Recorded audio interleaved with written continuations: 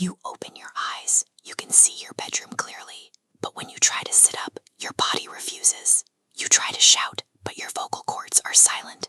You are completely paralyzed, and in the corner of the room, a dark figure begins to move toward you.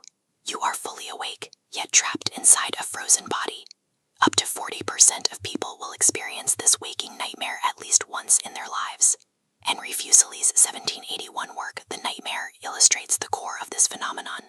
Across completely unconnected cultures and centuries, people have documented the exact same symptoms: total physical immobility, a crushing weight, and a malevolent entity. These accounts stretch back millennia.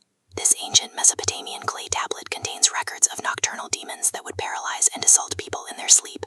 For centuries, we blamed ghosts, witches, and demonic seducers. But modern neuroscience offers a more precise explanation. This is a predictable, biological glitch. The monster isn't crossing over from another dimension.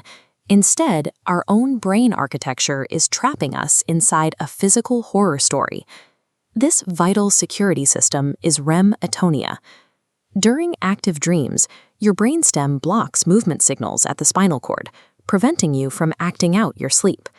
Sleep paralysis happens when you wake up early.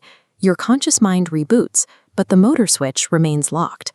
The paralysis is accompanied by a second terrifying physical sensation, a massive, crushing weight sitting directly on your chest, making it nearly impossible to breathe. Even though you are awake, your respiratory muscles are still operating in a shallow, automated sleep state. They are effectively resisting your voluntary control. Your conscious mind feels this localized resistance in your chest. Because you're in a half-dreaming state, the brain tries to explain the sensation, creating a story about a heavy, external object suffocating you. The physical sensation of the demon is simply the conscious mind fighting against its own automated biological safety settings. As you struggle against the paralysis, the brain enters a chaotic borderland between dreaming and waking called hypnagogia. This region, the right superior parietal cortex, is responsible for mapping your body in space. During an episode, it dysregulates.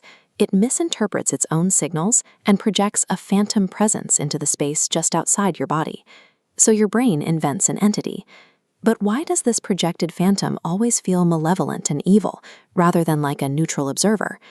While your body is paralyzed and your chest feels heavy, your amygdala, the brain's threat detection center, hyperactivates. It floods your nervous system with a severe threat response.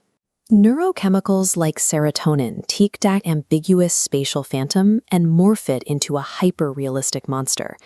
It's an interpretation built from your internal state of panic.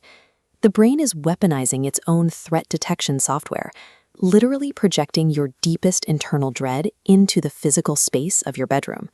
This explains the anthropological mystery. It's why isolated cultures across history all reported the same dark humanoid shadow figures. They weren't seeing the same ghost.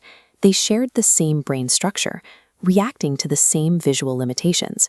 When your visual cortex fires incompletely in the dark, it relies on a hardwired neurological template to build a humanoid shape out of shadows. Stripping this encounter of its terror begins with identifying the mechanics of the glitch itself. Clinicians use a technique called cognitive reframing. By preloading a rational understanding of REM atonia, you can override the brain's panic response the moment an attack starts.